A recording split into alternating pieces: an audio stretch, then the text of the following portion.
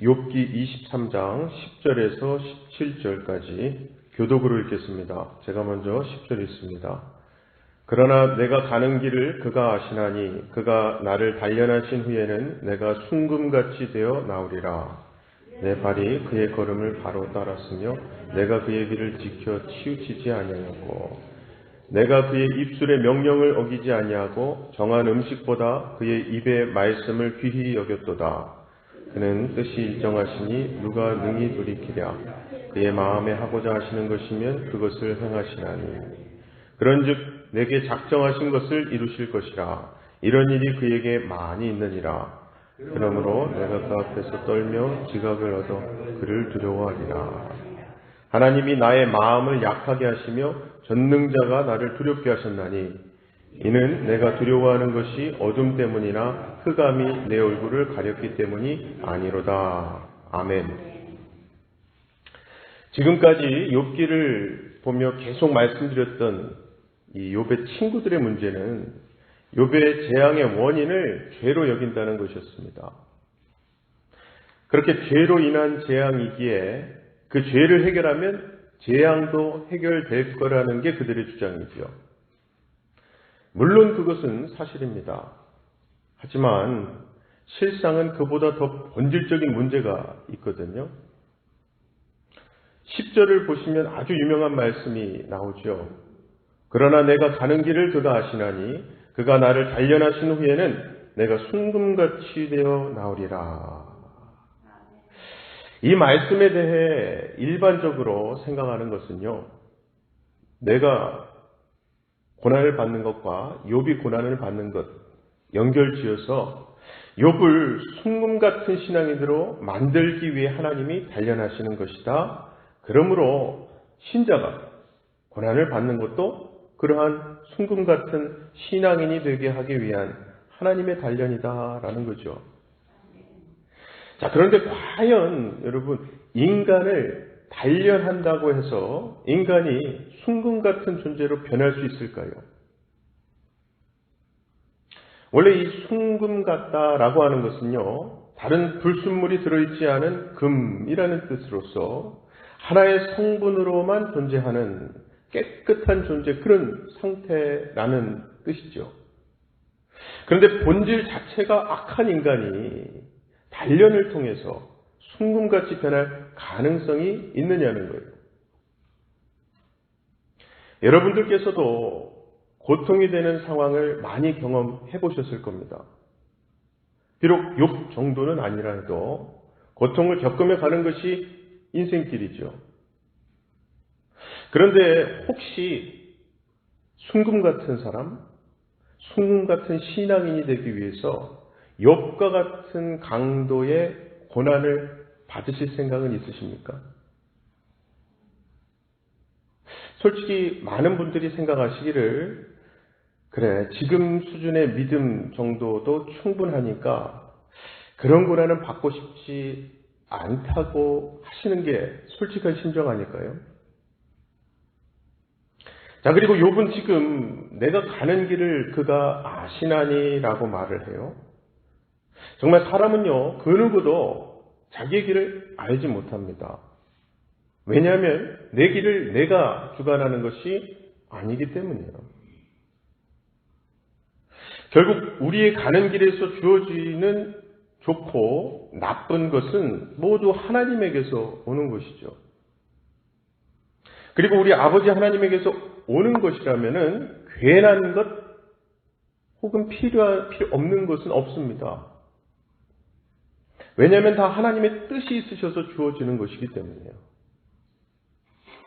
물론 우리가 하나님의 뜻을 아는 것은 아닙니다. 다 알 수 없죠.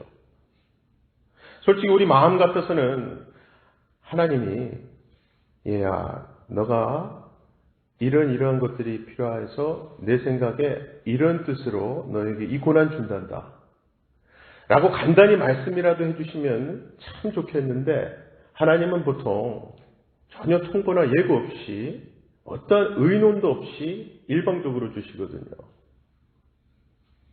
게다가 우리로서는 하나님이 주시는 것을 싫다고 거부할 수 없어요. 리턴할 수 없습니다. 결국 받아들일 수밖에 없기 때문에 좋은 것이 주어지면 행복하다, 감사하다 하기도 하고 나쁜 것이 주어지면 힘들다, 불행하다 할 뿐입니다. 그래서 많은 신자들이 하나님을 기쁘시게 하고 하나님 편으로 살면 내 미래가 내가 원하는 것으로, 내가 좋아하는 것으로 채워지지 않을까 기대를 하기도 하지만 그것은 솔직히 나의 일방적인 바람일 뿐이죠.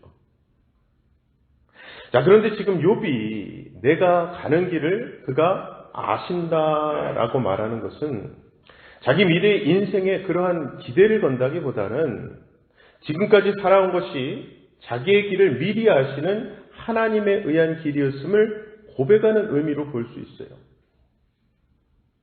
물론 여기에는 앞으로 나아가는 길 또한 하나님의 뜻에 의해 가게 됨을 믿는 믿음도 포함되어 있습니다. 자, 그럼 이제 우리가 이렇게 생각해 보시기 바랍니다. 우리의 가는 길을 아신 하나님께서 여러분의 인생에 고통이 있게 하시면 그것은 옳은 일일까요? 잘못된 일일까요? 물론 하나님이 하신 일이라면 무조건 옳습니다. 그렇게 믿습니다. 라고 마치 어떤 수학 공식처럼 답변이 나올 수도 있습니다만 사실 그것도 정말 상황에 따라 어떤 고통, 고난의 경중에 따라 다를 거예요. 자, 그럼 이번에는 이런 식으로 다시 자신에게 물어보시기 바랍니다. 나는 행복만을 누려야 할 자격과 이유가 있는가? 나는 고통을 누리면 안 되는 합당한 이유가 있는가? 솔직히 이 질문에 대해 우리가 내릴 수 없는 답은요, 내릴 수밖에 없는 답은요, 그러한 자격과 이유가 없다예요. 없다. 이것은 결국 우리가 하나님을 위한다고 믿는다고 하는 명목으로 행하는 그 어떤 것도 우리의 가는 길을 아신 하나님이 우리의 길에 행복만 있게 하셔야 할 이유가 되지 못한다는 거예요. 그리고 바로 이런 점에서 욥의 친구들의 본질적인 문제는 이러한 인간됨에 대해서는, 그러한 모든 인간의 처지에 대해서는 알지 못하고 전혀 생각하지 않는다는 거예요. 그들은 단지 자신들이 하나님을 올바로 믿는다는 자기 생각 하나만으로 모든 문제에 접근할 뿐이죠. 10절 말씀을 공동 번역으로 보면요, 이렇게 되어 있습니다. 그런데도 그는 나의 걸음을 낱낱이 아시나니 털고 또 털어도 나는 순금처럼 깨끗하리라 라고 되어 있어요. 즉 단련이라는 말 대신에 털고 또 털어도 라는 말로 번역된 건데요. 저는 이게 더 말씀의 의미를 잘 표현했다고 생각합니다. 정말 욥을 아무리 털고 턴다 해도 순금처럼, 즉 욥에게서 죄가 나오지 않는다는 뜻이 아니라 애초에 욥의 죄의 여부와 무관한 하나님의 뜻에 의한 애초에 행복이었고 하나님의 뜻에 의한 불행이었기 때문에 욥의 재앙도 죄와 무관하다는 거예요. 그래서 결국 욥은 지금은 비록 재앙을 겪고 있기는 하지만 그 얘기를 아시고 인도하시는 하나님과의 관계에서 욥은 순금같이 되어 나오는 겁니다. 다시 말씀드리지만 이것은 욥이라는 인간 본질 자체가 순금처럼 깨끗하다는 의미가 아닌 거예요. 자, 그렇다면 여러분은 순금같이 되어 나온다는 욥의 이 말을 이해하실 수 있으시겠습니까? 욥의 친구들은 이해할 수 없었을 거예요. 왜냐하면 그들은 인간의 어떤 행함도 하나님과의 관계에서 무가치한 것으로 판단된다는 것을 모르기 때문이죠. 그래서 그들은 결국 욥의 그 죄의 행위에 초점을 두고 욥의 재앙을 해석할 뿐이었죠. 11, 12절을 보시면은 내 발이 그의 걸음을 바로 따랐으며 내가 그의 길을 지켜 치우치지 아니하였고 내가 그의 입술의 명령을 어기지 아니하고 정한 음식보다 그의 입의 말씀을 귀히 여겼도다. 여기서 욥이 자신은 하나님의 입술을 어기지 않았다라고 하는 것이 좀 교만하게 느껴지기도 하지만요. 욥은 그만큼 재앙 받기 전에 자신의 신앙은 죄를 멀리하며 입술의 명령을 어기지 않기 위해 최선을 다한 삶이었다는 거거든요. 그럼에도 불구하고 재앙이 주어지는 것에서 하나님은 욥과 무관하게 하나님이 작정하신 일을 이루신다는 것을 욥이 이제 배우게 된 거예요. 그래서 13, 14절이었죠. 그는 뜻이 일정하시니 누가 능히 돌이키랴. 그의 마음에 하고자 하시는 것이면 그것을 행하시나니 그런즉 내게 작정하신 것을 이루실 것이라. 이런 일이 그에게 많이 있느니라. 즉 결국 하나님이 하고자 하시는 것, 작정하신 것을 이루신다는 것은 하나님 입장에서는 인간과 타협하지 않으신다는 거죠. 즉 하나님께는 회개하면 재앙에서 건져주시겠다거나 신앙생활 잘 하면 복을 주시겠다라는 그런 조건적인 거래가 없다는 겁니다. 원래 여러분 상대방과의 어떤 타협이나 거래를 하려면은 내가 그만한 위치에 존재가 되어야 한다는 것을 의미하죠. 그런데 피조물인 인간이 무엇을 가지고 창조주 하나님과 거래를 하겠습니까? 만약에 인간이 하나님과 거래할 수 있는 어떤 조건과 위치에 있었다면은 예수님이 굳이 세상에 오실 필요도 없죠. 바로 그러한 점에서 욥의 친구들은 인간에 대해 참 무지한 겁니다. 자, 그렇다면 욥은 자기의 가는 길을 하나님이 아시고 따라서 재앙도 하나님의 뜻에 의한 것임을 알게 되었기 때문에 그것으로 모든 문제가 해결되었을까요? 마음이 평안해지고 상황이 좋아졌을까요? 사실 욥은 여전히 답답함과 두려움을 갖고 있었습니다. 그것을 15절에서 17절까지 이렇게 말했죠. 그러므로 내가 그 앞에서 떨며 지각을 얻어 그를 두려워하리라. 하나님이 나의 마음을 약하게 하시며 전능자가 나를 두렵게 하셨나니 이는 내가 두려워하는 것이 어둠 때문이나 흑암이 내 얼굴을 가렸기 때문이 아니로다. 즉 욥이 지금 말하고 있는 두려움은요, 사람들이 보통 두려움을 느끼는 원인인 어떤 어둠이나 흑암의 상황 때문이 아닌 전능하신 하나님을 알게 되고 갖게 되는 두려움, 즉 하나님을 경외하게 된 것을 의미합니다. 그래서 우리가 알아야 하는 것은요, 신앙은 그저 내가 평안하고 무난해지는 것을 목적하지 않는다는 거죠. 내가 가는 길을 하나님이 아신다는 그 하나만으로도 나의 인생길은 내 힘으로 갈 수 있는 것이 아님을 절실하게 깨닫게 되는 것. 그것이 하나님을 경외하는 신앙인 거죠. 그래서 결국 우리가 예수를 믿는 것과 예수님이 가신 십자가의 길을 간다는 것은 나의 힘이나 나의 열심과는 무관하고 오직 하나님의 열심, 하나님의 신실하심에 대한 결과임을 믿게 되는 것이 그게 신앙인 겁니다. 왜냐하면 바로 이 믿음에 있는 것이 바로 순금 같은 것이고 그것은 곧 나의 믿음의 여정에서 나의 행위는 사라지고 오직 예수 그리스도의 은혜만 드러나고 의지되는 것을 뜻하기 때문입니다. 아무쪼록 내가 가는 길을 다 아시고 나를 때로는 고난과 시험으로 단련하시는 하나님, 그분이 나를 가장 사랑하시는 아버지심을 믿으시고 오직 하나님의 뜻에 맞는 사람, 예수 그리스도만을 믿고 의지하는 순금 같은 신앙으로 빚어지시는 저와 여러분 다 되시기를 주님의 이름으로 간절히 축원합니다.